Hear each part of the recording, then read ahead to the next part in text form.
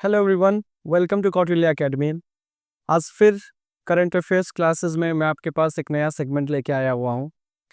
जैसे कि आपको पता है, इस एग्जामिनेशन में करंट अफेयर्स का रोल ईयर बाय ईयर बढ़ता हुआ जा रहा है और आपके पास भी स्टैटिक के साथ जो भी करंट इवेंट्स डेवलपमेंट्स जो भी हो रहे हैं उसके बारे में एक अच्छी कनेक्टिविटी और इंटरलिंकेजेस डेवलप करना काफ़ी ज़्यादा इम्पॉर्टेंट हो गया है, राइट।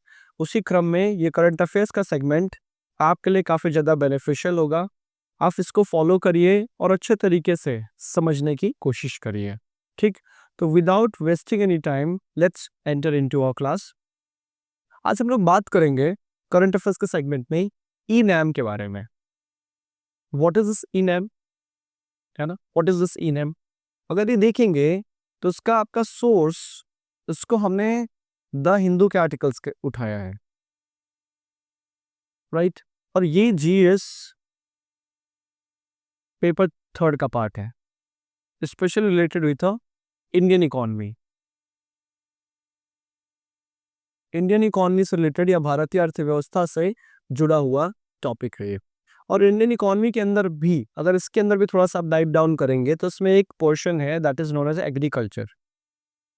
एग्रीकल्चर एग्रीकल्चर से जुड़ा हुआ सेगमेंट है ये। तो चलिए बात करते हैं what is the eNAM. ENAM that is an electronic national agriculture market. ये कृषि उत्पादों के लिए एक बाजार बनाया गया है ना, ये that is an electronic market for agricultural produce. अगर इसके बारे में बात करेंगे तो इसका कॉन्टेक्स्ट, इसका जो कॉन्टेक्स्ट आपके आर्टिकल में दिया हुआ है वो जानना आपके लिए बहुत ज्यादा जरूरी है। What is the context? With more states facilitating the trade off agricultural commodities on the ENAM, a spurt in trading among various markets within the state as well as the interstate label is being witnessed. Context आपको यहाँ पे ये उठाया जा रहा है कि लगातार इनैम इनैम से कई सारे स्टेट्स, कई सारे inter state transactions, inter state commodity selling लगातार बढ़ रहा है ना।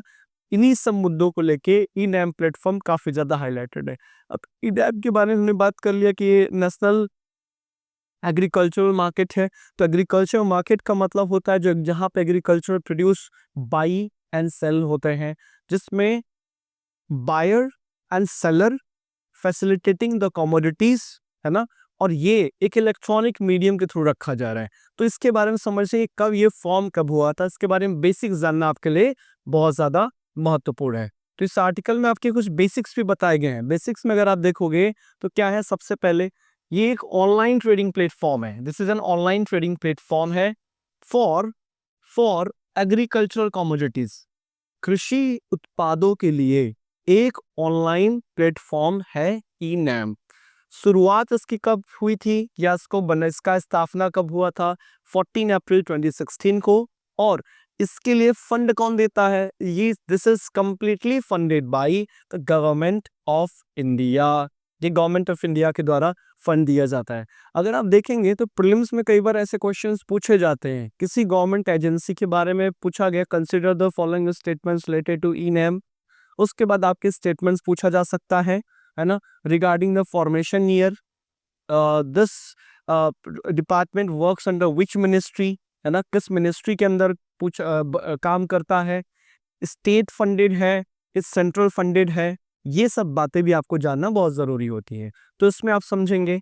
नेक्स्ट स्टेटमेंट, इसके बारे में जो आपको समझना है, ई-नैम के प्रोविजन को इंप्लीमेंट करना या देखरेख करने का काम किसका है? तो उसके लिए है SFAC, small farmers agri business consortium. ये इसका लीड एजेंसी है, small farmers agri business consortium या एसफैक्ट। ये लीड एजेंसी है जो ई-नैम के प्रोविजंस को इंप्लीमेंट करता है और it works under ministry of agriculture and farmers welfare. ये ministry of agriculture and farmers welfare के अंतर्गत ये एस्पेक्ट काम करता है। तो eNAM is a platform, SFAC is the leading agency and both of these work under the Ministry of Agriculture and Farmers Welfare, right? इसका purpose क्या है, इसका मकसद क्या है, व्हाट इज इट सेम? इनके एम के बारे में अगर बात करेंगे तो इनका एम क्या है? इसका एम है मेन चीज एक प्रॉपर मार्केटिंग अपॉर्चुनिटी को तैयार करना दोनों पक्षों के लिए, एक तो फार्मर्स के लिए दैट इज द सेलर के लिए, है ना, क्रेता है ना, विक्रेता के लिए अच्छे तरीके से तैयार करना, और not only preparing a proper platform for the seller, उसके साथ साथ ट्रांसपेरेंसी को इंक्लूड, ट्रांसपेरेंसी को आगे बढ़ाना।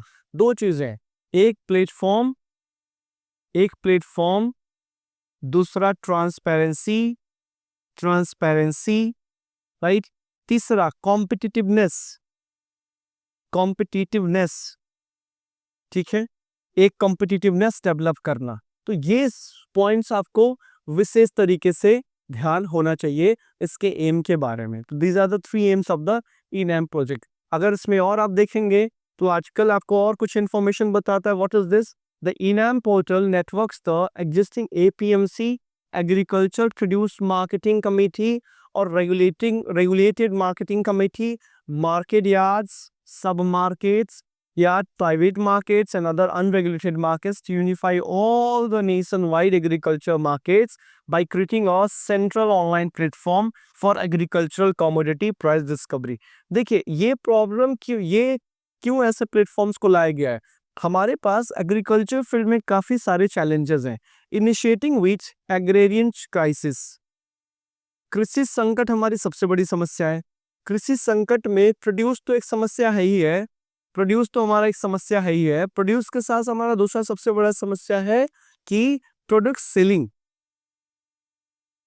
Product selling, right, product selling. कहीं ना कहीं से प्रोडक्ट सेलिंग में आने वाली समस्याओं को लेके या इनको रेट को लेके हमारे यहाँ एमएसपी के कॉन्सेप्ट के बारे में बात किया जाता है ना। अभी आपने अगर ध्यान दिया होगा तो 2020 में जो फार्मर्स लॉ आया हुआ था, उस फार्मर्स लॉ में ये काफी सारे डिस्प्यूटेबल पोजीशंस रखे गए थे। फार्मर्स के द्वारा डिमांड किया जा रहा था कि हमें एमएसपी गारंटी एक एक्ट बने, एवरी क्रॉप पे एमएसपी इंश्योर हो। बट कहीं ना कहीं हमको दिख रहा था कि ये प्रोजेक्ट, ये एमएसपी का डिमांड हर प्रोजेक्ट में कर पाना अपने आप में बहुत ज्यादा प्रैक्टिकल इशू नहीं दिख रहा था, राइट। तो हम लोग इसके बारे में बात करते हैं। What was happening in NAM? NAM में क्या, नैम ने सबसे पहले क्या किया, local market, private market, different type of market yards, mandis, इन सबको इंटीग्रेट करके कॉमन प्लेटफॉर्म बनाया, जिस प्लेटफॉर्म के वजह से बायर एंड सेलर दोनों एक दूसरे के आमने सामने हो सकते हैं और आमने सामने होने के बाद अपने अपने पर्पस को फुलफिल कर सकते हैं। इसके फीचर्स में अगर बात करेंगे तो इसके फीचर्स में क्या होगा? इसके फीचर्स में ई-नैम ने फार्मर्स को अपने प्रोडक्ट को शोकेस करने का भी मौका दिया हुआ है ना, ताकि ट्रेडर्स को एक तरीके से, जो व्यापारी हैं जो सामान को खरीदते हैं, उनको एक आइडिया मिल सके कि कौन सा सामान किस स्पेसिफिक एरिया में ज्यादा अच्छा ग्रो कर रहा है, किसकी गुणवत्ता और उसका मूल्य, है ना, उसके मूल्य को भी कोट करते हैं फार्मर्स, जिससे विक्रेता को कम से कम आसानी होगी समझने में कि उसको किस तरीके से, है ना, जो उसके लिए फेवरेबल प्राइस रेंज है उस प्राइस रेंज में उसको बाई किया जा सके, ठीक। प्लस इसमें आप देखेंगे single window services for all APMC भी आपको दिखेगा, है ना, एक ही जगह पे सारे सर्विसेज, जैसे जैसे कमोडिटी अराइवल्स, वस्तुओं का जो है आगमन, क्वालिटी, प्राइसेस, उसका गुणवत्ता, उसकी कीमतें, है ना, खरीदी और बिक्री के जो ऑफर्स, जो ढेर सारे ऑफर्स निकाले जा सकते हैं, इलेक्ट्रॉनिक पेमेंट सेटलमेंट्स की, इसका जो भी पेमेंट होगा वो डायरेक्ट फार्मर्स के अकाउंट में उसको सेल किया जा सके। अगर आपको ध्यान हो तो आपने लगातार देख रखा होगा कि हमारे यहाँ we already have the DBT scheme, direct benefit transfers. सरकार ने पहले ही जनधन योजना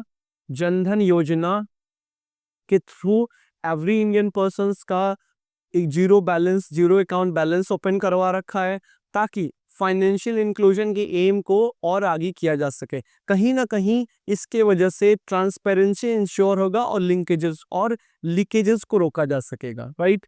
ई-नैम प्रोजेक्ट थ्रू अगर आप देखेंगे तो इसमें और क्या क्या चीजें हैं, लाइसेंसेस प्रोवाइड करा जाएंगे to the buyers, sellers, commission agents, जो कमीशन एजेंट जो वस्तुओं को वहां मार्केट तक लाके उस पॉइंट तक लाके रखने की कोशिश करेंगे without any pre condition of the physical presence और पोजेशन ऑफ द शॉप। यहाँ पे कोई सी भी प्रकार का फिजिकल प्रेजेंस की आवश्यकता नहीं होगी। इलेक्ट्रॉनिक प्लेटफॉर्म्स में ये बेनिफिट है कि आपको इंफ्रास्ट्रक्चर का बहुत ज्यादा डेवलपमेंट नहीं करना होगा। बायर्स एंड सेलर्स के बीच में डायरेक्ट कनेक्शन डेवलप करके बहुत सारे ऑपरेटिंग कॉस्ट को हम क्या कर सकते हैं, रिड्यूस कर सकते हैं। Along with that, harmonisation of quality standards, आप क्वालिटी स्टैंडर्ड्स के लिए बेहतर काम कर सकते हैं कि अपने ऑब्जेक्ट पे जो भी आपका प्रोडक्ट है, प्रोडक्ट का क्वालिटी इंप्रूव होता रहे। आप लोग कई बार देखते होगी कि भारत के बहुत सारे मैंगो का प्रोडक्शन भारत में बहुत ज़्यादा होता है, लेकिन कई बार हमारे जो मैंगो के प्रोडक्ट्स हैं वो यूरोपियन मार्केट्स में फेल कर दिए जाते हैं। Why? Because of the standards prescribed in the European markets. तो उस मार्केट्स के स्टैंडर्ड के हिसाब से भी चीज़ों को व्यवस्थित करने का प्रोविजन ई नाम में आपको दिया हुआ है। इंफ्रास्ट्रक्चर दिया हुआ है for testing the soil quality, है ना, क्वालिटी टेस्ट करने के लिए, ऑब्जेक्ट्स के क्वालिटी को जो है चेक करने के लिए भी आपके प्रोविजंस यहाँ पे दिए गए हैं। सॉइल टेस्टिंग लेबोरेटरीज भी दिए गए हैं। अगर प्रोडक्ट्स की क्वालिटी में कुछ रिडक्शन हो रहा है तो डेफिनेटली प्रोडक्ट कहाँ पे ग्रो करता है, सॉइल में, राइट। तो इसके प्रोविजंस भी आपको दिए गए हैं ताकि फार्मर्स उसके अकॉर्डिंग चीजों को समझ पाए, और ये सब फैसिलिटीज आपके मंडी में ही इंश्योर किया गया है। इनैम को अगर देखेंगे तो इनैम का मुख्य मुद्दा है कि सारे के सारे स्टेक होल्डर्स को बेनिफिट मिले, जो जो लोग इससे सहभागी हैं सारे लोगों को फायदा मिले, चाहे फार्मर्स हो, चाहे मंडीज हो, चाहे ट्रेडर्स हो, चाहे बायर्स हो, फार्मर प्रोड्यूसर ऑर्गेनाइजेशंस हो, प्रोसेसर्स हो या एक्सपोर्टर्स हो, राइट। सबको बेनिफिट मिलना चाहिए। और इसके अगर बेनिफिट्स में आप देखेंगे तो बेनिफिट में क्या क्या इंक्लूडेड है। बेनिफिट में कुछ मेजर्स इंक्लूडेड है, जैसे सबसे पहले ट्रांसपेरेंट ऑनलाइन सिस्टम। इसमें सारी चीजें, किसी बिचौलिए की आवश्यकता नहीं है, ये इंटरनेट के वजह से काफी ज्यादा एक्सेसिबल कर दिया गया है। सारे स्टेक होल्डर्स को एक ऑनलाइन ट्रेडिंग प्लेटफॉर्म आपको मिल जाएगा। दूसरा सबसे मेजर पार्ट है रियल टाइम प्राइस डिस्कवरी। जो भी प्राइस, रियल टाइम के जो प्राइसेस होते हैं, प्राइस फ्लक्चुएशंस को रोकने के लिए, प्लस बायर्स को टाइमली इन्फॉर्म करने के लिए, ये भी आपका एक मेजर प्रोविजन है इसमें। तीसरा अगर आप देखेंगे तो reduce transaction cost for the buyers. Buyers के लिए चीजों को, प्राइसेस को थोड़ा रेगुलेट करने में या रिड्यूस करने में भी काफी ज्यादा मदद मिलेगा। चौथा इसका देखेंगे, सारे information E NAM mobile app में भी जोड़ दिया गया है। इसमें आप देखेंगे the benefit of internet in agriculture sector, तो कैसे ई नैम मोबाइल ऐप में सारे इंफॉर्मेशन अपलोड होंगे और लोग, बायर्स हो चाहे सेलर्स हो, चाहे एक्सपोर्टर्स हो, चाहे ट्रेडर्स हो, सबको इस चीज का बेनिफिट उठाने का मौका मिलेगा। और along with that, जो भी डिटेल्स होंगे, जो भी details of the price of the commodities sold होगा, ये सारी डिटेल्स एसएमएस के थ्रू इसको क्या किया जाएगा, इसको लगातार लोगों को इन्फॉर्म किया जाएगा। एसएमएस के थ्रू चीजें पहुंचती रहेंगी। इसकी क्वालिटी सर्टिफिकेशन भी आपको यहाँ पे मिलेगा, क्वालिटी सर्टिफिकेशन भी आपको मिलेगा, ये भी बेनिफिट आपके लिए बहुत ज्यादा महत्वपूर्ण है। सेवेंथ, ये से सप्लाई चेन इंश्योर हो जाएगा, है ना, सप्लाई चेन आपके काफी ज्यादा इंश्योर हो जाएंगे। और वेयर हाउसेस बेस्ड सेल्स को भी हम लोग और इनहेंस कर सकते हैं, इसको भी इनहेंस करने का आपका बहुत अच्छा प्रोविजंस यहाँ पे बनाया गया है। और most importantly, online payment directly to the bank accounts of the farmers. इसमें लीकेजेस के चांसेस बहुत ज्यादा कम है। गवर्नमेंट ने लीकेजेस को रोकने के लिए, है ना, और फार्मर्स के लिए, फार्मर्स के कई सारे केसेस ऐसे आते हैं कि they are being cheated by the private lenders और द प्राइवेट बायर्स। तो इस चीज को भी इंश्योर करने के लिए अकाउंट होल्डर्स को या अकाउंट पे पेमेंट को भी काफी आगे बढ़ावा दिया गया है। तो this are the benefits of the eNAM. अगर देखेंगे ना, national agriculture market, electronic national agriculture market, connecting farmers, transferring markets, celebrating 8 successful years of eNAM portal. तो ये आप देखेंगे तो ये बकायदा ministry of agriculture and farmers welfare के वेबसाइट ने आपको यहाँ पे दिया हुआ है।